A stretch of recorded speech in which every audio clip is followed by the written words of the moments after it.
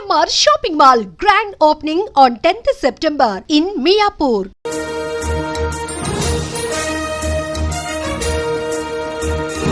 Common man పై ప్రతిపక్ష నాయకుడు విరుచుకుపడ్డారు. మంత్రి గారి కుటుంబాన్ని అవమానించడం అమానుషమంటూ నిప్పులు చెరిగారు. ప్రతిపక్ష నాయకుడి మాటల్ని లైవ్ లో చూద్దాం. అవునండి, మంత్రి తప్పు చేస్తారు, మీ ఇష్టం వచ్చినట్టు ప్రవర్తిస్తారా? మంత్రి ఫ్యామిలీ ఏం పాపం చేసింది? వాళ్ళని రోడ్డు ఎక్కి అవమానిస్తారా? బాత్రూమ్ తాళాలు వేస్తారా? ఆ గవర్నమెంట్ తప్పు చేయదా? తప్పు చేస్తే అసెంబ్లీకి తాళాలు వేస్తున్నారా? సెక్రటరీ తాళాలు వేస్తారా? అలా మాట్లాడితే కుదరదు. కామన్ మ్యాన్ ని లైన్ లోకి వచ్చి మాట్లాడమనండి.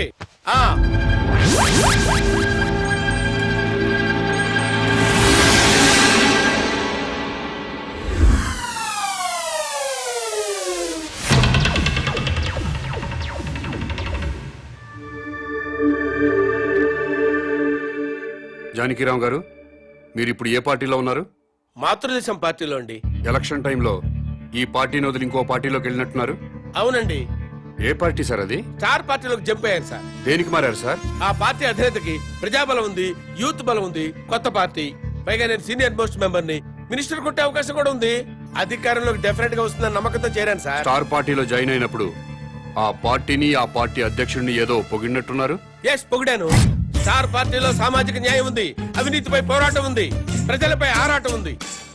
పార్టీ అధ్యక్షుడు నీతిమంతుడు. మాతృదేశం పార్టీ నుంచి బయటకు వచ్చినప్పుడు ఆ పార్టీని, ఆ పార్టీ అధ్యక్షుడిని ఏదో తిట్టినట్టున్నారు. తిట్టాను. మాతృదేశం అంతా వన్ మ్యాన్ షో సార్. అక్కడ ఆయన ఒక్కడే కింగ్ సార్. అందుకే బయటకు వచ్చాను సార్. సీనియర్లకు విలువ లేదు, జూనియర్లకు తావు లేదు, వెన్నుపోటు రాజకీయాలు. ఎలక్షన్ తర్వాత స్టార్ పార్టీ నుంచి ఎందుకు బయటకు వచ్చారు సార్? ఎలక్షన్స్ జరిగినాయి, పార్టీ పోయింది, గ్లామర్ పోయింది, ఇంకక్కడుండి మేము చేసేదే ఉంది. అందుకనే స్వగృహ ఆపరేషన్ తో మాతృదేశంలో చేరిపోయాం. స్టార్ పార్టీ నుంచి బయటకు వచ్చినప్పుడు ఆ పార్టీని, ఆ పార్టీ అధ్యక్షుడిని ఏదో తిట్టినట్టున్నారు. తిట్టేశా. స్టార్ పార్టీ అధ్యక్షుడు అవినీతి పరుడు, కులం పిచ్చి, వర్గం పిచ్చి, పార్టీ టికెట్లు అమ్ముకున్నారు. నిజంగా స్టార్ పార్టీ అధ్యక్షుడికి కులపిచ్చుందా సార్? లేదు సార్. డబ్బులు తీసుకుని ఎమ్మెల్యే టికెట్లు అమ్ముకున్నారా సార్? లేదే.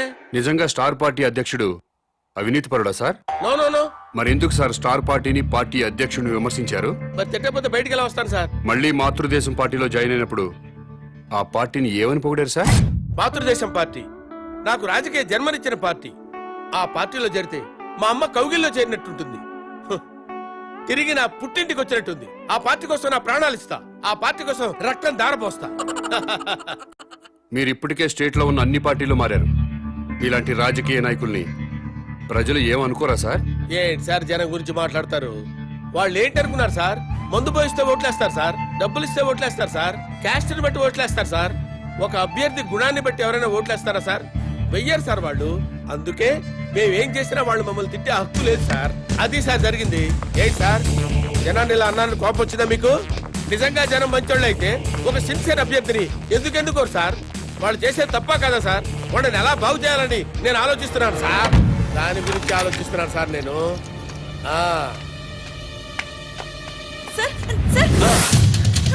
అమ్మా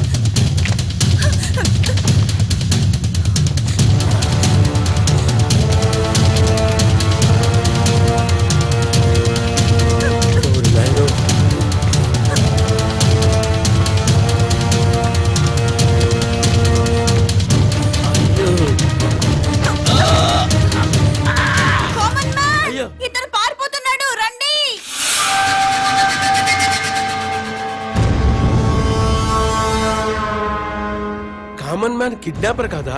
కామన్ మ్యాన్ కిడ్నాపర్ కాదు, నా ఫ్రెండ్. ఇదంతా డ్రామా. డ్రామానా?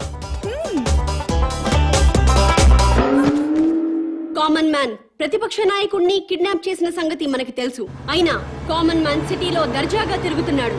అరెస్ట్ చేయడం పక్కన పెడితే కనీసం కామన్ మ్యాన్ ని అడిగే సాహసం చేయలేకపోయింది ప్రభుత్వం.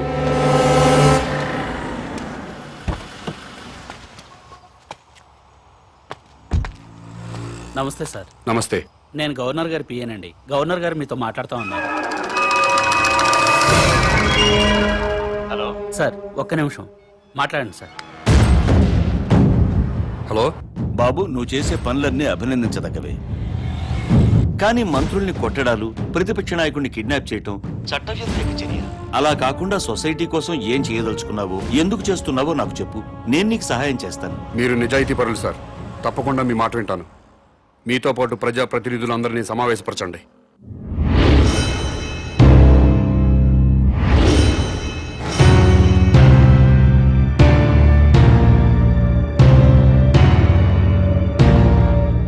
నీకేం కావాలి? నాకేం అక్కర్లేదు. మరెవరికి కావాలి? రాజకీయాల్లో సిస్టమ్ ఉండాలి. ఎలాంటి సిస్టమ్? భక్తుల కోసం తిరుపతి కొండపై ఉన్న సిస్టమ్. నువ్వు తాగుబోతువా తిరుగుబోతువా, రౌడీవా గోండావా అన్నది మాకు అనవసరం. తిరుపతి కొండపైకి ఎక్కాలంటే మాత్రం భక్తుడిగా మారాలి. కొండపై ఉన్నంతసేపు తాక్కూడదు, తిరగకూడదు. ఎలాంటి తప్పుడు పనులు చేయకుండా భక్తితో ఉంటూ భక్తుడిలాగా కొండ దిగిపోవాలి. కొండ దిగాక మీ ఇష్టం.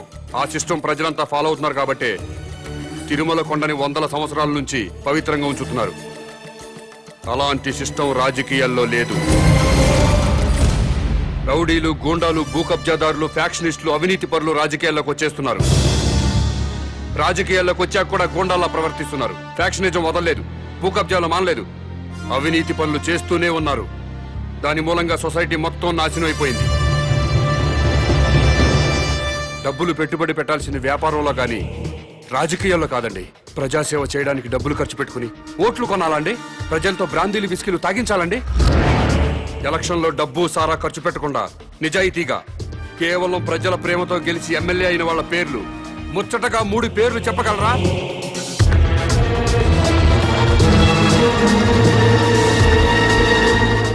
పది కోట్లు ఖర్చు పెట్టి ఎలక్షన్లో గెలుస్తున్నాడంటే రేపు 100 కోట్లు సంపాదించుకోవచ్చన్న వ్యాపార సూత్రం తప్పితే ప్రజాసేవ చేయడానికి కాదు. అందుకే రాజకీయాల్లో సిస్టమ్ ఉండాలి. ఎలాంటి సిస్టమ్ ఉంటే రాజకీయాలు బాగుపడతాయో నువ్వే చెప్పు. ఎలక్షన్లో ఎమ్మెల్యేగాను ఎంపీగాను నిలబడ్డవాడు ఎలక్షన్ కమిషన్ ఆధ్వర్యంలో రాష్ట్ర రాజధానిలోనే ఉండాలి. నామినేషన్లు వేశాక ఓట్లు అడగడానికి ప్రజల మధ్యకి వెళ్ళడానికి వీల్లేదు. ఇంటింటికి తిరగడానికి వీల్లేదు.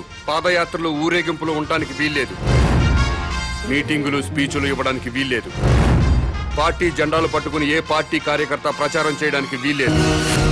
ఎలక్షన్లో నిలబడ్డ పార్టీల గురించి, పార్టీ అభ్యర్థుల గురించి టీవీల ద్వారా, పత్రికల ద్వారా ప్రజలకు ఎలక్షన్ కమిషనే తెలియజేయాలి. అది చూసి జనం వాళ్ళకి నచ్చిన వాళ్ళకే ఓట్లేసుకుంటారు. మేము ప్రజల్లోకి వెళ్ళకపోతే మా పార్టీ సిద్ధాంతాలు ఓటర్లకు ఎలా తెలుస్తాయా? పాదయాత్రలు చేసుకుంటూ ఇల్లు తిరిగి ప్రచారాలు చేసుకోకపోతే మా పథకాలు, మా వాగ్దానాలు ప్రజల్లోకి ఎలా చొచ్చుకుపోతాయని. ఊరేగింపులు లేకుండా, మీటింగ్లు లేకుండా, కార్యకర్తలు జెండాలు పట్టుకోకుండా ఎలక్షన్ ఎలా చేస్తామండి? అసలు మేమే ఎమ్మెల్యే అభ్యర్థులమని జనానికి ఎలా తెలుస్తుంది? మీరు ఇల్లు తిరిగి ప్రచారం చేయకపోతే మీ పార్టీ సిద్ధాంతాలు ప్రజలకు తెలియవా? ప్రభుత్వం ఆరోగ్యశ్రీ పథకం పెట్టింది. వైఎస్ఆర్ గారు ఇల్లు తిరిగి ప్రచారం చేశారు, ఆరోగ్యశ్రీ పథకం పెట్టామని టీవీల్లోనూ పత్రికల్లోనేగా ప్రకటించింది. ప్రజలందరికీ తెలియలేదా? ఆసుపత్రికి వచ్చి వైద్యం చేయించుకోవడం లేదా? ఎన్టీ రామారావు గారు 2 రూపాయలకే కిలో బియ్యం పథకం ప్రవేశపెట్టారు. 2 రూపాయలకే కిలో బియ్యం ఇస్తున్నామని ఇల్లు తిరిగి ప్రచారం చేశారా? పత్రికల్లోనేగా ప్రకటించారు. రాష్ట్రం మొత్తం తెలియలేదా? ప్రభుత్వ పథకాలన్నీ టీవీలు, పత్రికల ద్వారా ప్రజలకు తెలియంగా లేంది మీరే ఎలక్షన్లో నిలబడ్డ అభ్యర్థులని ప్రజలకి తెలియదా? ఆ సంగతి మీకు తెలియదా? తెలుసు. అయినా మీరు ఎలక్షన్లో జనం మీద పడతారు. ఎందుకంటే ఓట్ల కోసం డబ్బులు పంచాలి. జనానికి కులం పిచ్చి, మతం పిచ్చి ఎక్కించాలి. మీకు ఓట్లేరు అన్న వాళ్ళపై పోలీసు కేసు పెట్టి వేధించాలి. హత్య రాజకీయాలు చేయాలి. ప్రాణాలు తీయకుండా ప్రజాస్వామ్యాన్ని ఎన్నాళ్ళు హత్య చేస్తారు? ఆ హత్యల్లో ఎన్నాళ్ళు ప్రజల్ని భాగస్వాములను చేస్తారు? నోటి మాటతో వేయాల్సిన ఓటుకి 1000 కోట్లు ఎందుకు ఖర్చు పెడుతున్నారు? గెలిచాక మళ్ళీ 1000 కోట్లు ఎందుకు సంపాదిస్తున్నారు? ఈ మోసం జరగకుండా ఉండాలంటే నేను చెప్పిన సిస్టం పెట్టి తీరాల్సిందే. భారతదేశం బాగుపడాల్సిందే. లేదా ప్రతిపక్ష లీడర్ కిడ్నాప్ అయినట్టు ముఖ్యమంత్రి కిడ్నాప్ అవుతాడు.